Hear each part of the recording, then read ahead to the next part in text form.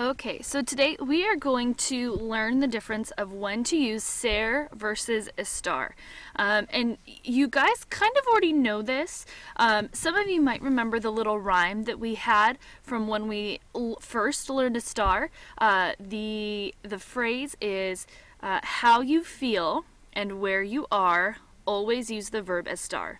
And so we're going to kind of take that expression and we're just going to expand on it. We're going to give you a few more rules, a few more, we're just going to go deeper. We're going to give you more information to help you determine when to use ser and estar. So ser and estar, just a reminder, they both mean to be. So our English grammar connection, remember in Spanish, there are two ways to say the English verb to be. So we've got ser and we've got our conjugations, soy, eres, es, somos, sois, son. And then we've got our verb estar. Again, we should know these conjugations already pretty much off the top of our head. And so for our conjugations of estar, we have estoy, estás, está, estamos, estáis, and están. All right, so maybe if you're a little rusty on those, see if you can go maybe find a video just to refresh yourself with those. I know there's a couple videos with songs. That might help you to keep those in your head. So to decide when you'll need to use ser, all you need to remember is the word doctor. So each of the letters in doctor is going to be a circumstance that you have to use ser. All right, so we're going to start. So D. You're going to use ser to describe a physical trait, or if you are talking about someone's description. All right, because most of the time, these things don't change immediately. They may change over time, however, they don't change at the snap of a finger. So that means that it's got to be ser. So our ejemplo, we've got yo soy muy bonita. I am very pretty. All right, so D, we use ser to describe a description. Moving on to O. Our first O, we're going to use ser to indicate origin, or where someone or something is from. So if you think about where you were born, you were always born in that place. It doesn't change from year to year. You came from wherever. Just the same if something was made, it was always made in that one place. Okay, so we've got soy de Quito. I'm from Quito. All right, some of you might say soy de Phoenix, soy de Chandler, soy de Tucson. Try and think about where you came from. All right, so O is for origin. C, we're going to use ser to describe physical traits and physical characteristics. All right, so this is kind of just another way of saying a description. All right, so we've got los estudiantes son inteligentes. Again, personal traits, yes, over time they can change, but they typically don't change at the snap of a finger. Okay, it's not an immediate change. So we've got los estudiantes son inteligentes, the students are intelligent. All right, moving on to that T. We're going to use ser to talk about the time and date. Okay, so even though time and date changes consistently, it always follows the same pattern. So the second always comes after the first. 1 o'clock always comes after noon. 2 o'clock always comes after 1. So even though it changes, there is a consistent pattern. So when we talk about time and date, we have to use ser. So we've got a couple of examples. Hoy es martes. Today is Tuesday. And then we've got son las 2 de la tarde. It is 2 in the afternoon. And so when we learned time and date, you did learn it with forms of ser. So it's kind of nice. You already know. Now we're just giving it a formal name. Okay. Our second O, ser is also used to indicate occupation. Okay, so when we're talking about your job, you're going to use ser. Yes, your job does change sometimes. However, I am telling you that when you see a job, you have to use ser. Okay, it just is what it is. So we've got la señora Ramirez es maestra. Mrs. Ramirez is a teacher because that is her occupation. And then we wrap up our uses of ser with are. Are is used to describe relationships. Okay, so this might be a relationship between people, or it might be a relationship between people and things. Okay, so our ejemplo, we have El libro es de María. The book is Maria's. The book belongs to Maria. We talked about relationships in Unit 3, Lesson 2, with your family. So you might say, she is my mom, he is my brother. And when we're talking about those things, that's a relationship. And so you have to use ser. Okay, so now to decide when you need to use the verb estar, you just remember the word place. So again, each letter is going to represent a specific circumstance that we have to use estar. So P, use estar to describe position. All right, so position. So we're talking, we're going to have things that use ordinal numbers. So we've got la chica está segunda en línea. So the girl is second in line. You might talk about someone coming in first place. You might talk about the 5th floor of a building. That would be considered position. Alright, so then we're going to move on to our L, and hopefully you guys can guess what this one is. So we're going to use estar to describe location. Location, location, location. Alright, so our example, we've got ACP está en Chandler.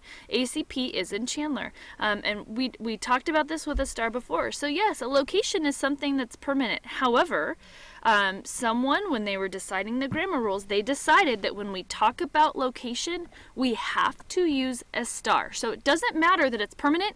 If it's location, we're using that estar. Okay? So that's our L. A. And we're going to kind of talk about this a little bit more. So A, we're going to use estar to describe action. So something that's happening now. And what is related to action is the ing ending. It means that it's in progress. Okay, and so our example that we have, David está comiendo. David is eating. And so I've got another note page that's typed up for you, so you don't have to take the notes on it, but it's something to refer to. But notice, something kind of weird happened to our verb comer. It's not conjugated like we would normally expect it to. Instead, there's this ending that got put on it, and then notice the form of estar that came before it. That's what's conjugated to the person.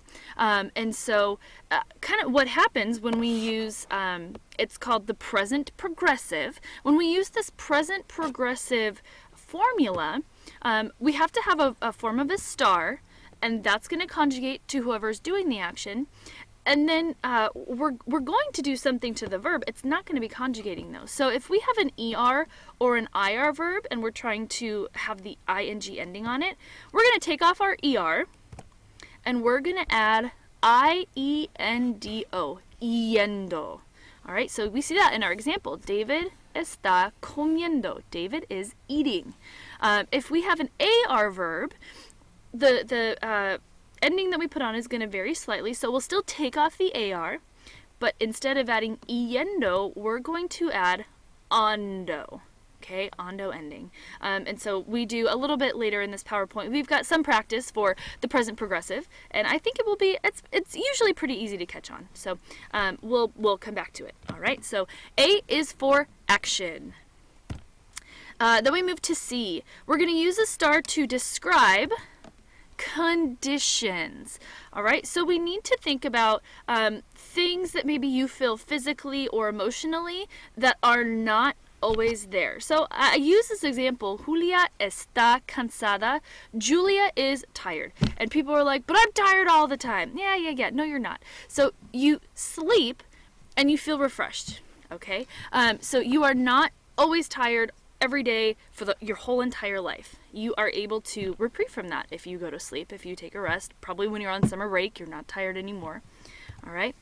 So when I'm talking about conditions, I'm talking about something that is physical and not permanent. So a lot of times if you're talking about being sick, it might be a cold or a flu. That's not permanent. Again, if you're talking about being happy, sometimes that's not a permanent thing. So we have to use estar. All right, and then we've got our last letter. We've got the E.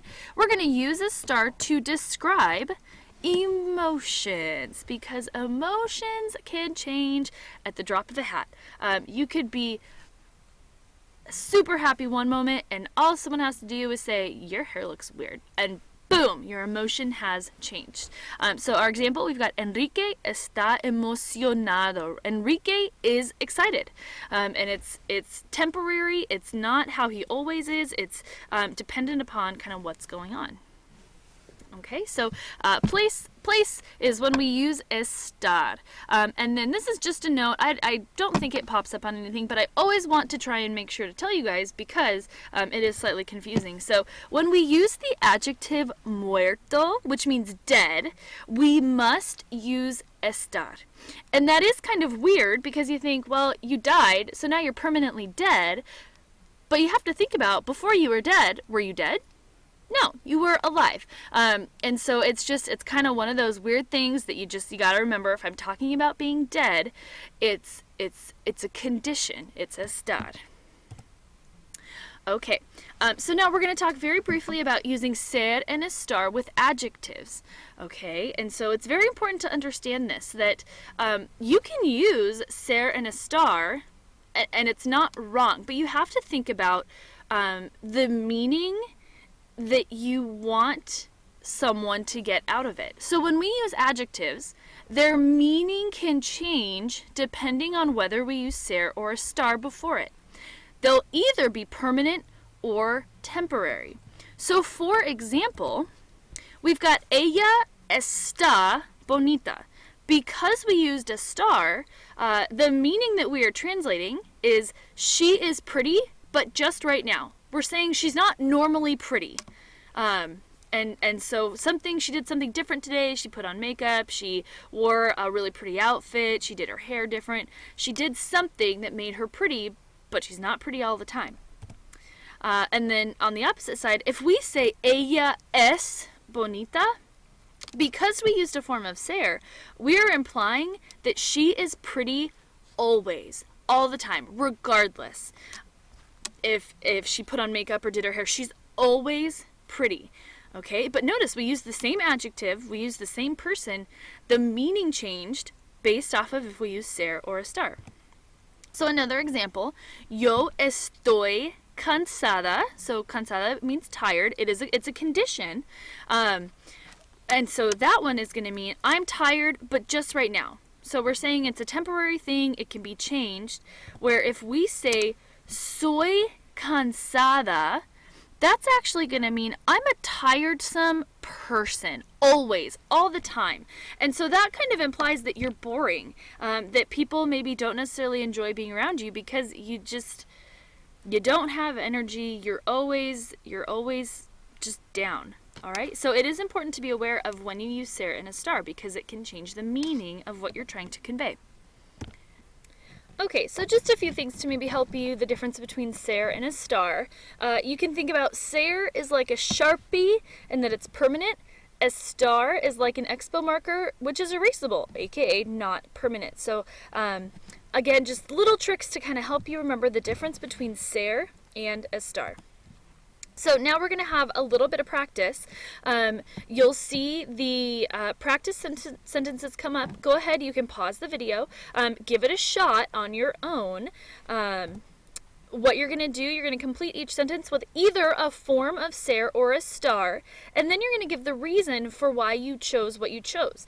Please don't write doctor or place on the line. You need to choose a letter from doctor or place, because that's going to support why you did what you did. So go ahead, you can pause it right now, give it a shot, and then when you have, play the video.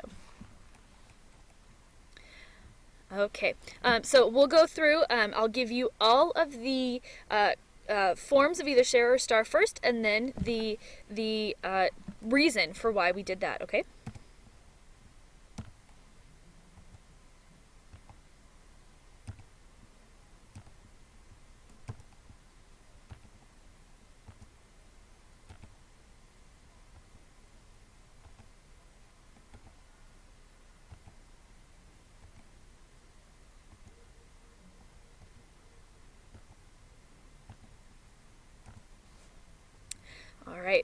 So it is important to pay attention because there were a few times in here that I specifically told you if it was something that was permanent or something that was not. So like that last one, I said they're smart, but just today. So that's your clue for that it's not a permanent thing. And you'll kind of see that throughout our practice. One word I always want to hit is the word contenta. Contenta means content. And the majority of the time, we treat content as if it's an emotion. So you are content depending upon the conditions around you. All right, but you could use content. You could say Teresa es contenta, and what that would imply is that she's a content person. She finds ways to be happy. However, unless it's noted that it's a permanent characteristic, you need to treat contenta as if it's an emotion. Okay? So we've got ser and estar. So we are going to do just a little bit of the present progressive practice. And remember, present progressive is just a fancy way of saying that ing ending. So as you are working through this practice, you want to have that other note sheet that I typed up for you just to help you kind of follow the pattern. So you've got five different questions that you're working on. Each of them have 3 sentences. So the modelo or the ejemplo, so I give you the just the present tense. So we've got I talk. So I'm going to put that into Spanish and I'm going to say yo hablo, which means I talk. The second sentence you're going to get is that present progressive. So with that ing ending, notice. So I am talking. We end up with yo estoy hablando. So notice there is a difference between I am talking and I talk. And then our last one that I'm going to have you do, I am going to talk. So we're using that ir plus a plus infinitive pattern to show the future. I'm going to talk, and we end up with yo voy a hablar. We've got our form of ir plus a plus infinitive. And so really with this practice, what I wanted you to see, I just wanted you to see the difference between the present tense, the present progressive, and the future tense. Okay, so you can pause the video, try and fill in these sentences, unpause it, check your answers, and then if you have any questions, feel free to bring them to class. All right. So here we go. Go ahead and pause right here. Give it a shot. And here are the sentences that you should have come up with. All right, moving to the next 3. Again, if you didn't do these already, you can pause and try them out on your own. If you did, just go on to the next slide or keep the video going. All right. So that is the present progressive. Hopefully it's not too difficult. Please remember, if you have any questions on any of this information, being able to differentiate when to use ser and estar, conjugations, the present progressive, anything with doctor or place, have those questions ready, and we can discuss them tomorrow or the next time that I see you. All right. Thanks, guys.